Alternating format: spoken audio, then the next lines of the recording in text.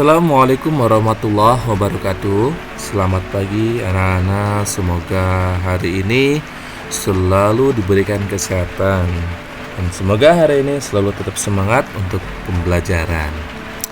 Oke, sebelum kita memulai pembelajaran kali ini, marilah kita berdoa bersama-sama agar pembelajaran kali ini dapat diberikan kelancaran dan kita bisa mendapatkan ilmu yang bermanfaat. Berdoa dimulai.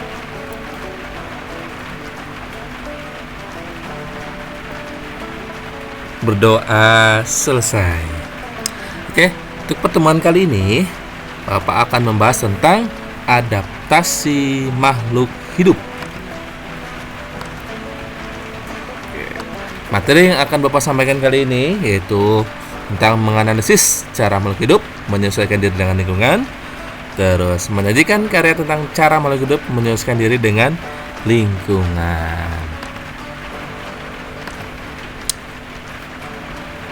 Sekarang kita mulai ya, tentang pengertian dari adaptasi, yaitu suatu kemampuan makhluk hidup dalam menyelesaikan keadaan dirinya dengan lingkungan tempat hidupnya. Nah, ini adalah pengertian dari adaptasi. Tujuannya adalah untuk dapat melindungi diri dari musuh atau predator, untuk dapat memperoleh makanan, dan yang ketiga adalah untuk kelangsungan hidup. Ini adalah tujuan dari adaptasi.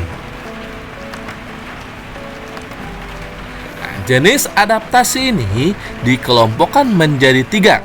Ada morfologi, ada fisiologi, dan ada tingkah laku. Morfologi yaitu penyesuaian bentuk tubuh dan struktur tubuh luar makhluk hidup atau alat-alat tubuh makhluk hidup terhadap lingkungan. Nah, contoh kita lihat tuh ya, ini adalah gambarnya. Ada gambar bebek. Terus ini kakinya bebek yaitu berselaput ya. Terus paruh bebek. Terus tinggal dilihat ya. Selanjutnya yaitu fisiologi, penyesuaian fungsi alat tubuh bagian dalam pada makhluk hidup terhadap lingkungan. Dan yang ketiga adalah tingkah laku, penyesuaian makhluk hidup terhadap lingkungannya dalam bentuk tingkah laku. Nah, sekarang pada manusia. 1. Warna kulit. Di daerah panas, kulit manusia yang terpapar sinar matahari cenderung menghitam. Ini bertujuan agar dapat menghalau radiasi sinar UV matahari. 2. Rambut manusia. Rambut pada kulit akan berdiri pada suhu dingin. Hal ini berfungsi menjaga suhu tubuh tidak turun drastis. Terdapat rambut di dalam hidung. Nah, berperan sebagai penyaring debu yang terhirup bersama udara yang masuk ke dalam tubuh. 3. Ukuran badan. Tubuh kebanyakan orang di daerah dingin berukuran lebih besar dibandingkan di daerah panas. 4. Anggota gerak. Tangan manusia beradaptasi untuk memegang sesuatu. Ya, 5. Gigi. Manusia merupakan makhluk pemakan segalanya, yaitu omnivora. Jadi, struktur giginya sesuai dengan apa yang mereka makan. Nah, kan ada gigi taring, gigi geraham, dan ada gigi lancip. 6. Pelvis atau tulang panggul. Nah, pada wanita memiliki pelvis yang ringan dan luas dibandingkan pada pria yang memiliki lebih besar rongga dalam dan sempit. Oke. Selanjutnya fisiologi. Nah, ini pada manusia, masih pada manusia ya. Ini sel darah merah. Jumlah sel darah merah orang yang hidup pada daerah pantai lebih sedikit daripada orang yang tinggal pada daerah pegunungan. Ukuran jantung. Para atlet rata-rata mempunyai ukuran jantung yang lebih besar dibanding ukuran jantung orang secara umumnya. Ini adalah gambar jantung ya. Terus berkeringat. Ketika panas, kita akan mengeluarkan keringat. Keluarnya keringat membuat tubuh kita akan dingin karena panas. Tubuh diambil untuk menguapkan keringat pada permukaan tubuh kita. 4. Mengeluarkan urin. Di saat udara dingin, orang lebih sering mengeluarkan urin. Ya, tahu nggak urin? Oh iya, sip. Ya, itu kalau bahasanya itu buang air kecil. 5. Mata. Mata manusia dapat menyesuaikan dengan intensitas cahaya yang diterimanya ketika berada di tempat gelap. Maka pupil mata akan membuka lebar. Sekarang tingkah laku masih pada manusia atau pakaian. Ketika cuaca dingin, manusia akan menggunakan pakaian tebal seperti jaket. Ini ya. Ketika cuaca dingin, manusia akan menggunakan pakaian tebal seperti jaket. Wah, menutup telinga. Ketika terdengar bunyi suara yang kencang atau mencengangkan atau keras, manusia langsung menutup telinganya. Berkedip. Ketika kelilipan, mata manusia akan langsung berkedip. Nah, sekarang lanjut pada hewan. Ya, tadi pada manusia ada morfologi, fisiologi, dan tingkah laku. Sekarang pada hewan, morfologi. Nah, misalkan burung. Kita burung dulu. Nah, ini adalah khusus dari morfologi pada hewan, yaitu burung. Ada ayam. Lihat gambarnya ya. Oh, ada burung juga ini. Dari bentuk paruhnya. Ya, coba lihat semua dari bentuk paruhnya. Oke. Terus pada hewan kutub. Hewan di daerah kutub memiliki bulu yang sangat tebal untuk melindungi diri dari suhu yang sangat dingin. Nah, lihat ya gambarnya ya. Ini gambar beruang yang bulunya tebal. Lanjutnya adalah serangga. Coba kita lihat. Nah, ini adalah gambar serangga. Ya, ini pun sama dari morfologi. Nah. Oke, lanjut. Fisiologi. Kita mulai dari unta dulu.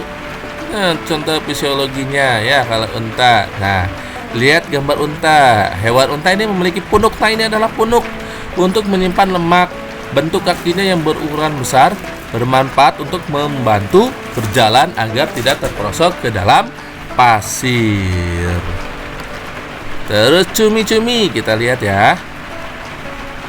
Nah, ini adalah gambar cumi-cumi. Cumi-cumi ini memiliki organ yang dapat mengeluarkan cairan hitam untuk pertahanan hidupnya dari pemangsa, yaitu tinta ya kalau cumi-cumi itu, untuk melindungi dirinya. Terus ada lagi musang. Nah, musang yang memiliki kelenjar bau dan menyemburkan cairan untuk mengeluarkan dirinya dari musuh. Selanjutnya ada mamalia. Nah, tahu nggak hewan mamalia itu? Hewan mamalia adalah hewan yang menyusui atau melahirkan. Nah, hewan mamalia ini yang bisa memamah biak, misalnya sapi, kambing, kerbau. Nah, makanan hewan tersebut adalah rumput-rumputan. Di dalam saluran pencernaannya terdapat enzim selulase. Selanjutnya adalah rayap. Nah, ini adalah rayap ya. Memanfaatkan flagellata agar dapat masukkan enzim selulosa yang digunakan untuk bertahan hidup. Terus nyamuk. Nyamuk memiliki organ yang dapat menghasilkan zat anti pembekuan. Daerah antikoagulan agar mempermudah dalam mengkonsumsi darah. Nah, ini adalah fisiologi pada hewan. Terus tingkah laku pada hewan, ya. Nah, sekarang hewan terenggiling. Nah, hewan terenggiling ini akan menggulungkan tubuhnya jika terancam. Nih, ini adalah hewan terenggiling ya. Nah, nanti kalian perhatikan gambar-gambarnya juga ya, lihat ya. Terus ada lagi bunglon. Nah, bunglon, tahu bunglon yang bisa merubah warna ya? Nah, bunglon itu yang mampu mengubah warna kulitnya menyerupai tempat yang dihinggapi atau disebut dengan mimikri. Tuh, lihat tuh, bunglon ini bisa berubah warna sesuai dengan tempat yang dihinggapinya. Terus ada lagi kerbau. Tahu kerbau? Pernah lihat kerbau enggak? Ya, bunglon yang mampu mengubah warna kulitnya menyerupai tempat yang dihinggapi. Kalau kerbau berkubang di lumpur. Dengan berkubang di lumpur, maka tubuh kerbau akan tertutup oleh lumpur sehingga mengurangi rasa panas dari sengatan terik matahari. Cecak. Nah, cecak ini ketika ada musuh yang menghampiri, cecak ini selalu memutuskan ekornya untuk mengelabui musuhnya, atau biasa disebut juga dengan autotomi. Nah, sekarang tadi udah semua ya pada hewan, sekarang pada tumbuhan. Oke, morfologi. Pada tumbuhan ada xerofit. Nah, xerofit itu adalah tumbuhan darat yang beradaptasi pada lingkungan yang kurang air atau kering. Contoh tumbuhan xerofit yaitu kaktus, lili gurun, pohon kurma, lidah buaya atau aloe vera. Hidrofit. Tahukah hidrofit? Nah, iya betul. Hidrofit itu ada tumbuhan yang beradaptasi pada lingkungan air. Contohnya ada teratai, eceng gondok, kangkung, dan tumbuhan bakau. Terus ada lagi higrofit. Nah, higrofit ini adalah tumbuhan darat yang beradaptasi pada lingkungan lembab. Contohnya ada tumbuhan paku, lumut, tumbuhan kemunting.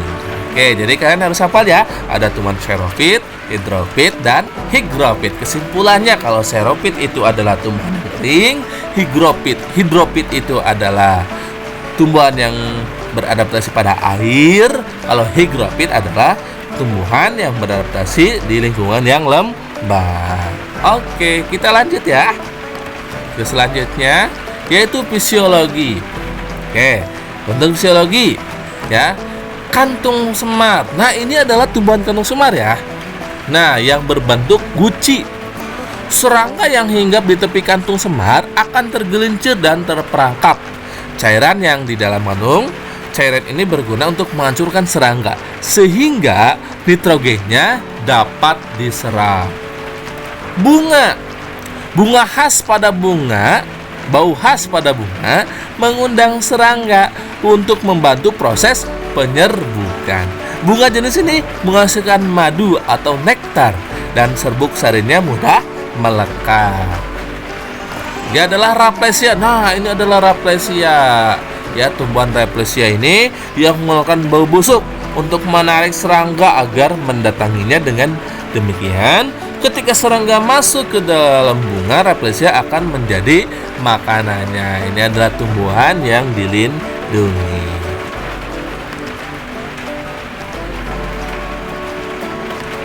Selanjutnya adalah tingkah laku. Nah, pada tumbuhan, di sini ada tumbuhan putri malu. Pernah lihat ya tumbuhan putri malu? Ya, betul, pintar sekali. Tumbuhan putri malu ini mengatupkan atau menguncupkan daunnya ketika terkena rangsangan, ketika kita disentuh. Ya, misalkan nih, kamu kalau di daerah tempat tinggal kamu ada pohon putri malu, coba kamu sentuh. Iya, sip. Pasti daunnya itu akan menguncup atau mengatupkan. Ya, nih lihat nih gambar ini ya. Coba kalian perhatikan tuh ketika dipegang nanti. Nah, akan mengatupkan seperti itu. Selanjutnya adalah jati. Pada musim kemarau, tumbuhan jati atau mahoni, kedondong, sengon, petai, randu, bunga flamboyan akan meranggas. Meranggas itu apa sih? Menggugurkan daun. Hal ini dilakukan dengan tujuan untuk mengurangi penguapan. Tuh lihat tuh ya, nggak ada daunnya ya, menggugurkan daunnya pada musim kemarau. Jagung. Daun jagung menggulung apabila udara sangat panas ya. Ini adalah tingkah laku dari tumbuhan. Terus bunga matahari. Nah, ini adalah gambar bunga matahari. Bunga matahari menghadap arah sinar matahari. Oke, kita lanjut.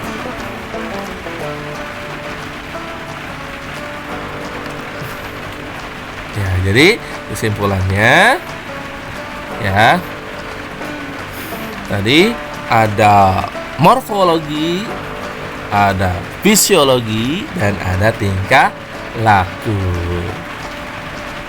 Oke, untuk hari ini ada latihan soal yang harus kalian kerjakan ya.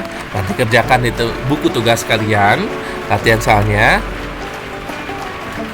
Ya, siap kan? Nomor 1. Apa yang dimaksud dengan adaptasi? A. Penyesuaian diri. B. Penutupan diri. C. Percaya diri. D. Pengenalan diri. Ya, coba ya, nanti dicatat di buku tugas. Nomor 2. Di bawah ini yang bukan termasuk jenis adaptasi yaitu A. Morfologi. B. Aksiologi. C. Fisiologi. Dan D. Tingkah laku. 3. Berikut merupakan tujuan dari adaptasi kecuali A. Untuk kelangsungan hidup. B. Untuk melindungi diri dari musuh. C. Untuk memperoleh makanan. D. Untuk memperoleh kekuasaan. Berempat, lihat gambar ya. Ini adalah gambar burung. Bentuk paruh seperti pada gambar di atas berfungsi untuk A. Menghisap nektar. B. Mencari makan di lumpur. C. Memakan serangga. Dan D. Memakan daging. Lanjutnya soal nomor 5. Adaptasi yang terjadi sesuai dengan gambar di samping. Ini gambar apa ya? Ya betul, itu adalah gambar bunga matahari. Nah, kira-kira adaptasi apa yang diperoleh pada bunga matahari? A. Morfologi. B. Aksiologi. C. Fisiologi. Dan D. Tingkah laku. Soal nomor 6. Ada hewan kerbau. Tingkah laku kerbau yang suka berenang di lumpur bertujuan untuk A. Berlindung dari musuh. B. Mencari makan di lumpur. C. Membersihkan tubuh. D. Mengurangi rasa panas. Soal nomor 7. Penduduk di daerah Eskimo melakukan adaptasi dengan suhu dingin yang ekstrim dengan cara A. Membangun rumah dari kayu tebal. B. Mengkonsumsi makanan panas. C. Mengenakan pakaian tebal. Dan D. Menyalakan api setiap saat. Soal nomor 8. Di bawah ini, tumbuhan yang melakukan adaptasi dengan cara memiliki daun lebar dan tipis adalah A. Kaktus. B. Bakau. C. Teratai. Dan D. Eceng gondok. Soal nomor 9. Keistimewaan yang dimiliki oleh hewan seperti pada gambar di samping. Ini hewan apa ya? Nah, kalian lihat ya. A. Dapat memutuskan ekornya. B. Dapat merubah warna kulit. C. Dapat mengeluarkan cairan hitam. Dan D. Dapat mengeluarkan bau tak sedap. Hal nomor 10. Jagung melakukan adaptasi di cuaca panas dengan cara A. Menggugurkan daun. B. Menggulungkan daun. C. Mengeringkan daun. Dan D. Merobek daun. Nomor 11. Kantung semar melakukan adaptasi untuk memperoleh serangga untuk dijadikan makanan dengan cara A. Mempunyai daun seperti kantung. B. Mempunyai mahkota yang mencolok. C. Mengeluarkan bau tak sedap. D. Mempunyai daun berduri. Nomor 12. Sering berkeringat saat cuaca panas merupakan salah satu contoh dari adaptasi A. Morfologi. B. Aksiologi. C. Fisiologi. D. Tingkah laku. Nomor 13. Berikut ini yang termasuk tumbuhan xeropit adalah A. Kaktus. talas, pohon pinus. B. Teratai, eceng gondok, bakau. C. Kaktus, lidah buaya, pohon kurma. D. Teratai, pohon kurma, bakau. Soal nomor 14. Bentuk kaki berselaput dan mempunyai lapisan untuk berjalan di lumpur sesuai dengan gambar. Nah, kira-kira yang mana ya?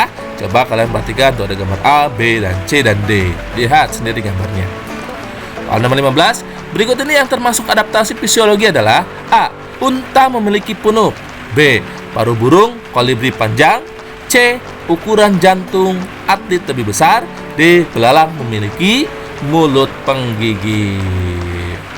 Oke, cukup sekian ya materi hari ini. Nanti kamu kerjakan dengan baik. Setelah mengerjakan, jangan lupa tutup dengan doa dan ucapkan alhamdulillah. Oke, wabillahi taufiq wal hidayah. Assalamualaikum warahmatullahi wabarakatuh.